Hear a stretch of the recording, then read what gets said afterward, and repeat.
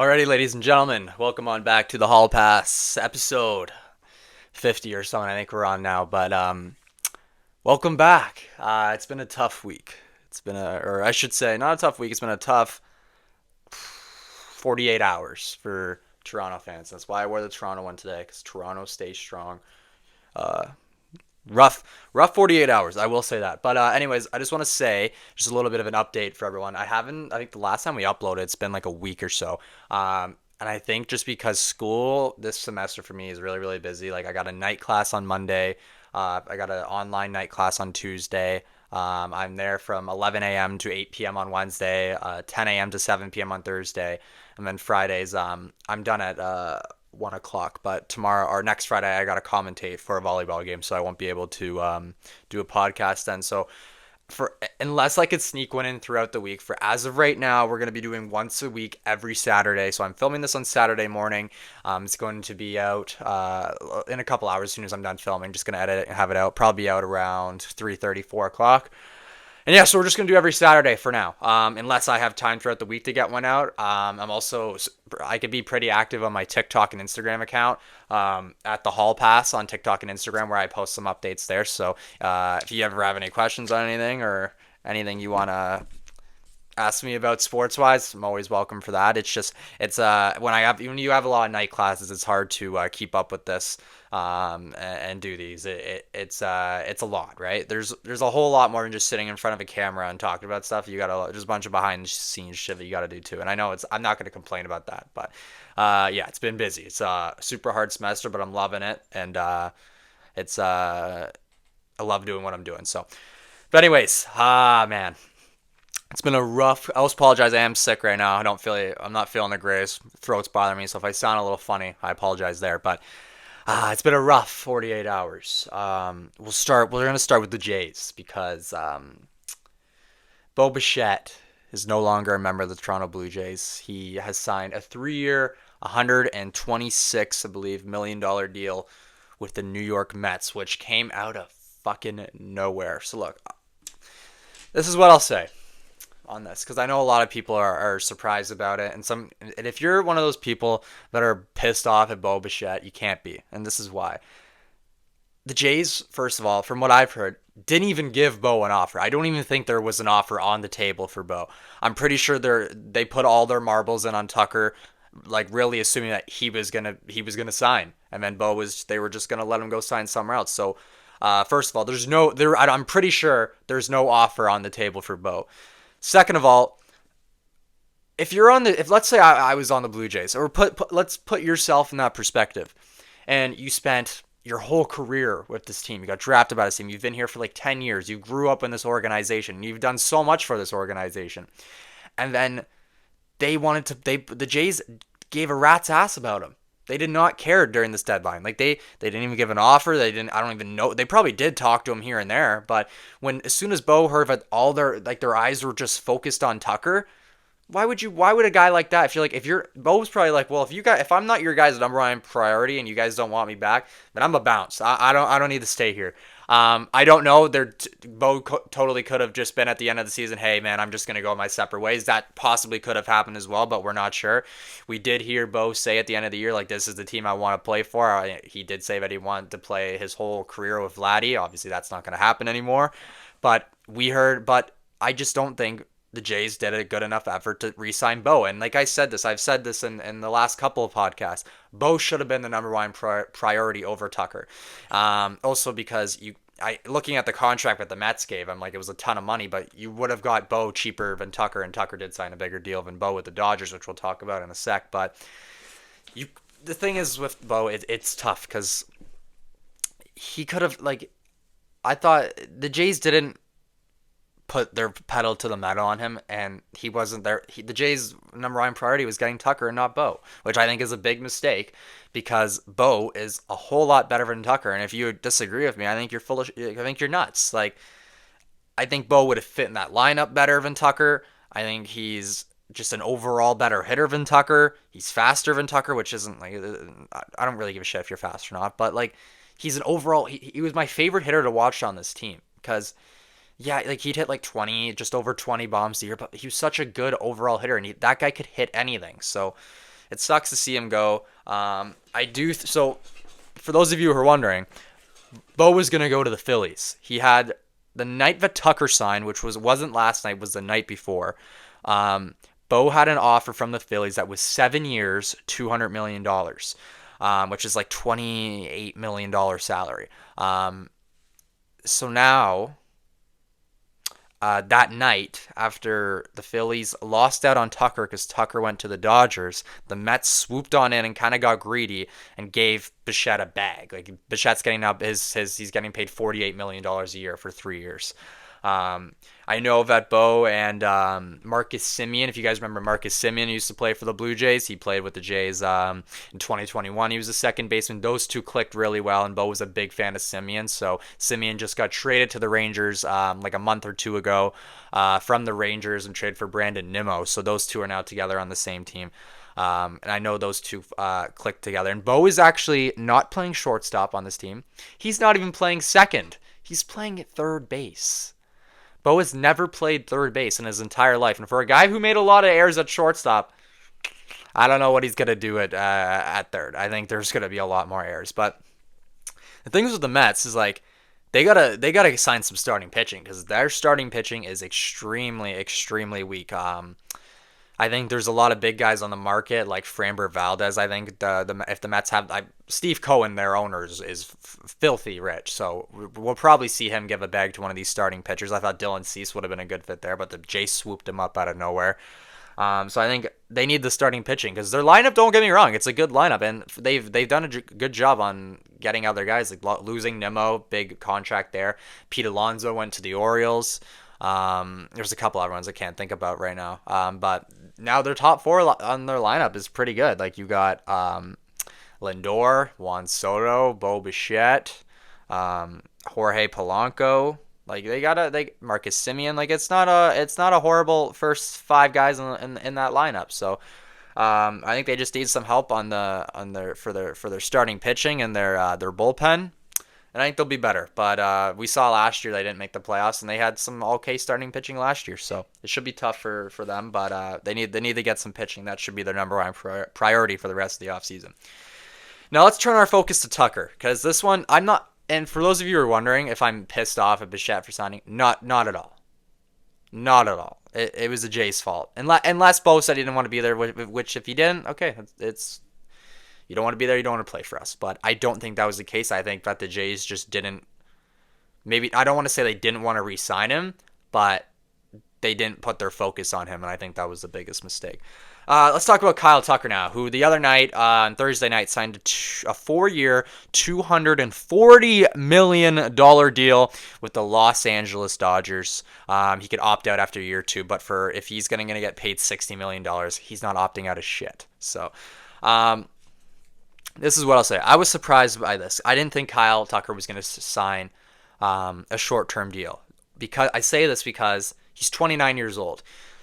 Usually a guy who's 29 years old, 28, 29, 27, they don't usually sign short-term deals. Usually they're looking for that long-term contract where they can just spend the rest of their career, right? Like, for example, Schwarber, that was the definition of a short-term deal. He signed 4 years, $120 million.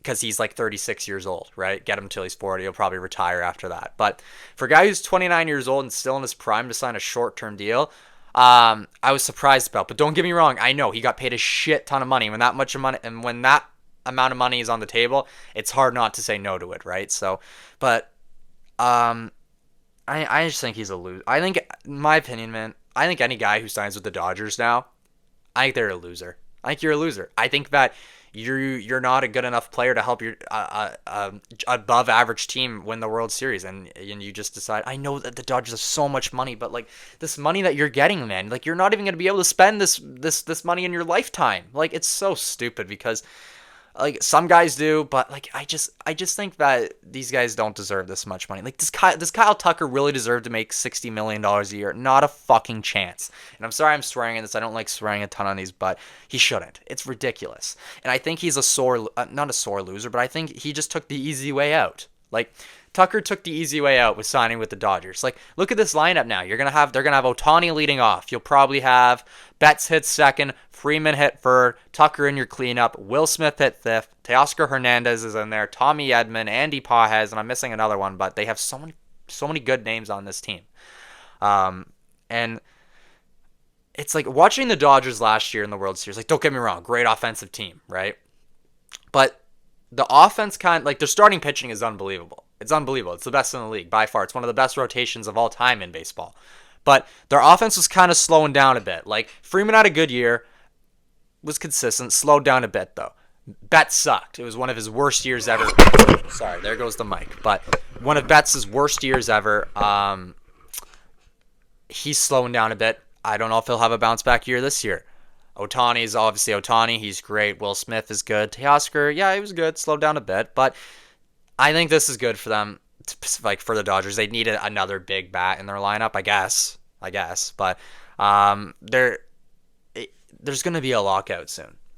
There's going to be. And one of our Q&A questions that we're going to do later, which is we're going to end off this podcast with, we're going to talk about. It's one of the questions somebody asked. So, yeah, we're probably going to see a lockout soon because I guarantee you guys can quote me on this. The Dodgers are going to win the World Series this year. They're going to win it next year. They're going to win it the year after that.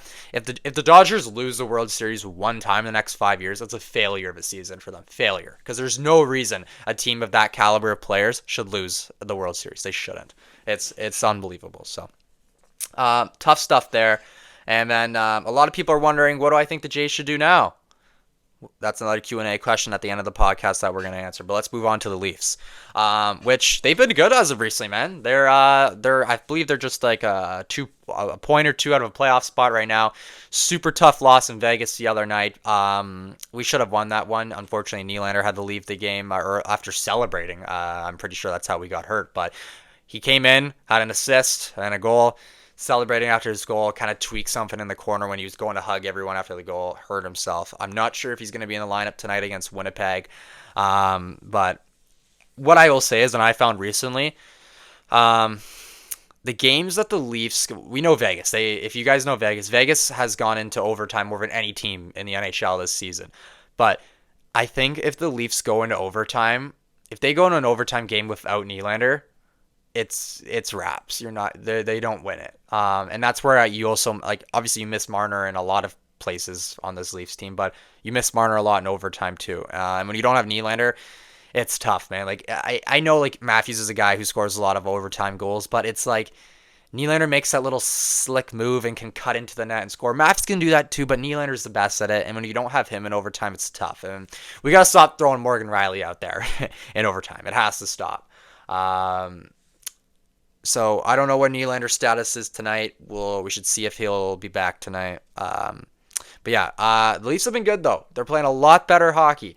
It was a tough one against Vegas. We had a good first half of that game. Third period sucked. Wall wasn't on his game. But we ended up beating Colorado, which is the best team in the NHL right now. So that was a great overall win for the Leafs there. It was a tough one against Utah. Back-to-back sucks. The team's drained. They just took a flight. They're here playing the next day. They usually end up losing that game. Most teams end up losing that game. But there's no excuse for that because the Vegas was on a back-to-back the other night when they did play the Leafs, and we ended up losing that game. And they all had a bit of pep in their step in that one too. And Jack Eichel, man, is that guy just a magician with the puck. He's so fast. He's so slick. He had 4 points in that game, scored the overtime winner. He was magnificent. So Vegas is another fun team to watch, I will say. And that's why I like watching these road trip games because you get to see a lot of teams that you don't end up seeing too often. So anyways, Marner and Vegas are going to be back in Toronto on Friday night. And this is going to be interesting because Marner's going to get booed like crazy. Like, he was getting booed in his own stadium because there was a bunch of people, or his own arena, a bunch of people from Toronto or Leaf fans made the trip to Vegas just to boo this guy. So that was a funny one. He's gonna hear it on Friday night, and they're gonna do a whole not a ceremony, but they're gonna do a whole jumbotron welcome back thing for him. And he's only going to get booze and booze and booze and booze. So even Matthews said the other day that he's had enough of the Marner questions. He's just done with it. So A couple more things to the Leafs. Bobby McMahon is a free agent coming up this offseason, and apparently there's talks right now that the Leafs are trying to re-sign Bobby McMahon, which I think they should. I think they should. He's been a phenomenal player with the Leafs. Now the question is how much money. I think for McMahon, I think you give him a 3-year deal. I think you give him around. I think you try for 3.5 million, maybe 3 million around there. I wouldn't go higher than 4.5. 4.5, I think, is your max with Bobby McMahon. I even think that's pushing it. I think 4 could even maybe be your max with him. But again, like this is a 20-goal scorer. He's good with the puck. He could play on any line, first, second, third line. He's been all over the place this season. He played with Matthews and Domi the other night. We've seen him play with Tavares and Nylander. We've seen him play with Waugh and Cowan, and then we've also seen him on the fourth line with Lawton and Lorentz. So he could play anywhere. He's a great player. He was a bit of a nobody in the playoffs last year. We didn't see him anywhere. I couldn't. He was a ghost out there. So that also could be a determining factor. We'll see how he does this year there. Now, if the Leafs are a playoff team, we all know what the trade deadline is, and last year it was crazy. We saw Brad Marchand go to the Florida Panthers. We saw Mikko Rantanen, who was on a playoff team in Carolina, go to the Dallas Stars. We saw Scott Laughton go to the Leafs. But the thing is with the Leafs this year, if they are a playoff team, which I think they will, what do the Leafs do? Who do they get at the deadline? Now, this is the thing. We gave up a lot last year at the deadline. We gave up Fraser Minton and a first-round pick to Boston. We gave up Nikita Gribnikin and also a first-round pick for Scott Laughton. We can't give away any more first-round picks. We got to keep them. Because I think if the Leafs do have another couple shitty years, like we need to keep these first-round picks. We can't trade them off. And Boston's going to get ours this year. But I just don't know what the only thing the Leafs, I think, can give up, like a player they can give up and get a decent amount for is Cowan, really. Because I don't know, like, unless we trade like a 4th-round pick, but if you want to get good players, 4th-round picks, 3rd-round picks, it's not going to do it. And I think the only guy I'm looking at our lineup, we have some good guys in our farm system, like Ben Danford, who played for Canada in the World Juniors. That's a guy teams will maybe be calling for. I'm not too sure about some other guys that we have down in our farm system. But I think Cowan's a guy that you might have to give up if you want to get a top player. We did hear the other day or yesterday that the New York Rangers are not going to be re-signing Artemi Panarin. So we're most likely going to see him getting traded this year's offseason deadline.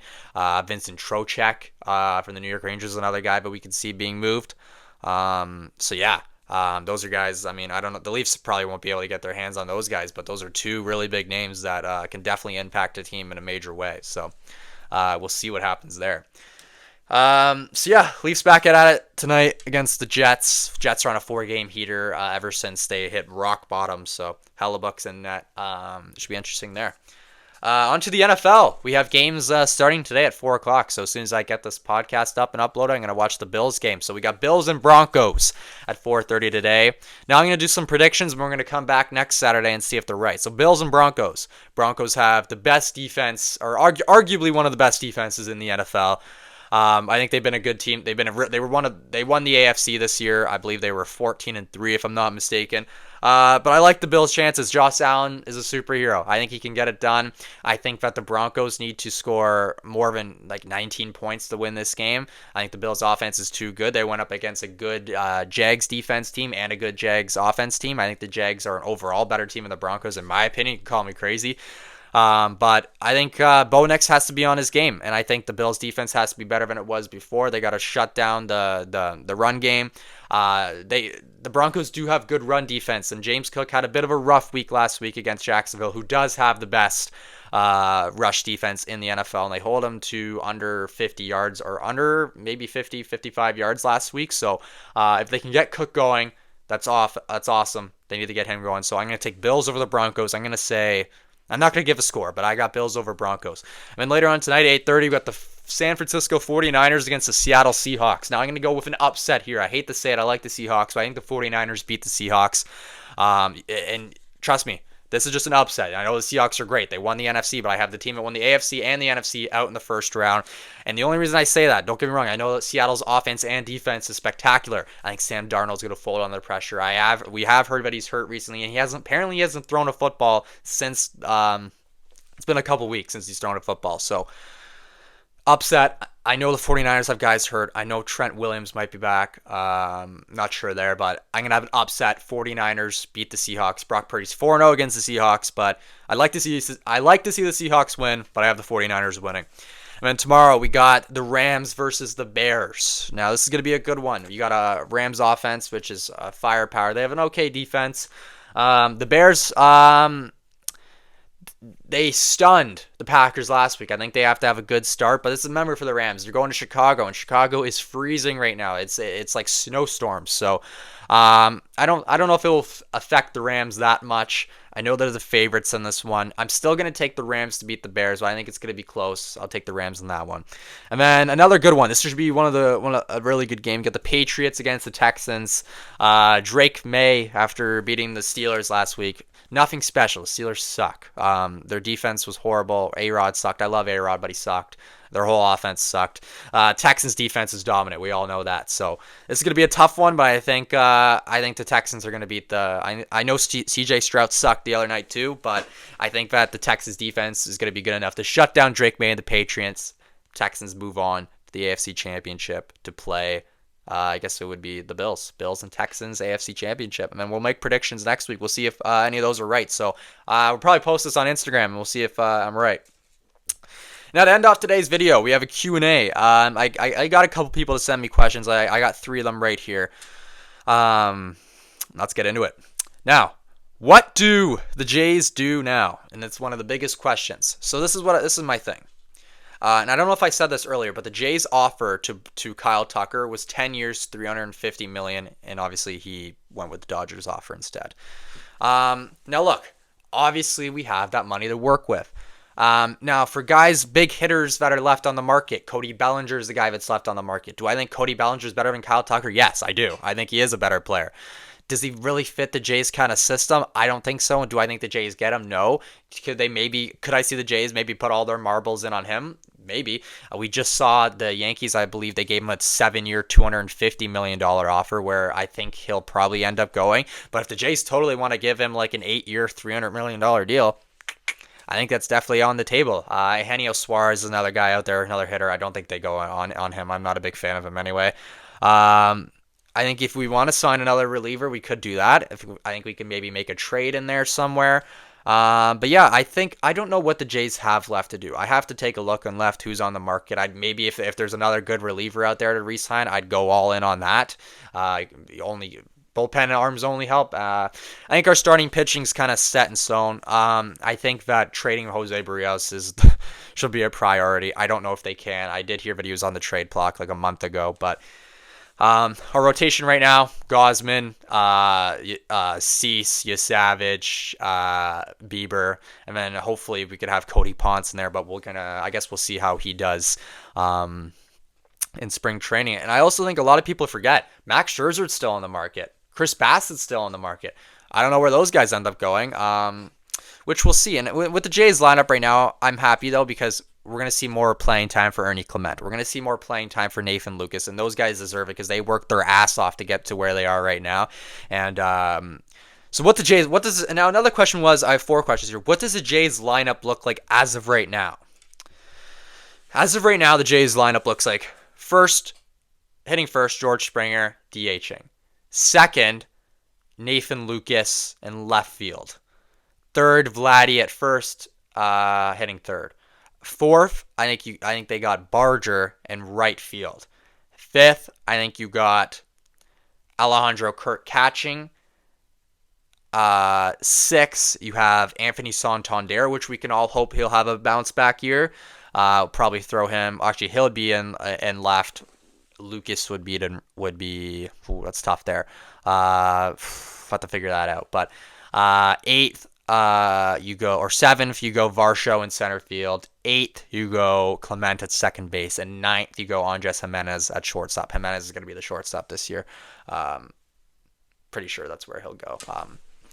Yeah, that's what the Jays lineup looks like right now. Our bullpen looks great too. We made a lot of big changes there, signing Tyler Rogers, and we got Louis Varland back again. We got Yimi Garcia, Jeff Hoffman. So I like our bullpen this year. Next question here. How did Matthews kind of flip the switch and change how he's played midway through the year? Because he seems to have got some pep in his step right now. Um, I know after Christmas break is when Matthews kind of got going again. I don't know if he kind of reset over Christmas, but I mean he's been going, man. We've seen where he's shooting the puck better. He's scoring the Matthews goals that we see in the past. He's driving to the net. He's making plays. He's been really good on the power play. Been a good on the penalty kill. He's a Selke player. He's a Selke player, man. He's great. Matthews has been a lot better for the second half of the season. We just hope that he can continue that from now on to the end of the year and hopefully bring that in the playoffs, which is the number one question that a lot of people ask. Can you do it in the playoffs? I hope so. So we'll see what happens there with Matthews. But yeah, he's been great the second half of the season. Last one here. Will the MLB go to a lockout in 2027? Obviously, I can't answer that. I don't know, but I think it will. And what the lockout is just there's no MLB games because everyone kind of goes on strike. But I don't know. It's going to be tough because there's a lot of questions to still be answered. I think the Dodgers are just going to keep on winning. Should the MLB have a salary cap? Yeah. And what should the salary cap be? Probably around, we'll say like $700 million salary cap for player salary. The Dodgers salary right now is like $1 billion. Minus it by 300 million. I think that's reasonable. And as a Jays fan speaking, obviously this could affect the Jays too. So now's the time to lock up your guys. If you're a free agent, now's the time to sign your big deal because if they do end up getting into this lockout, you're not making as much money before. And it's so crazy because Aaron Judge makes $330 million a year. Or not a year. Sorry, that's what his contract was.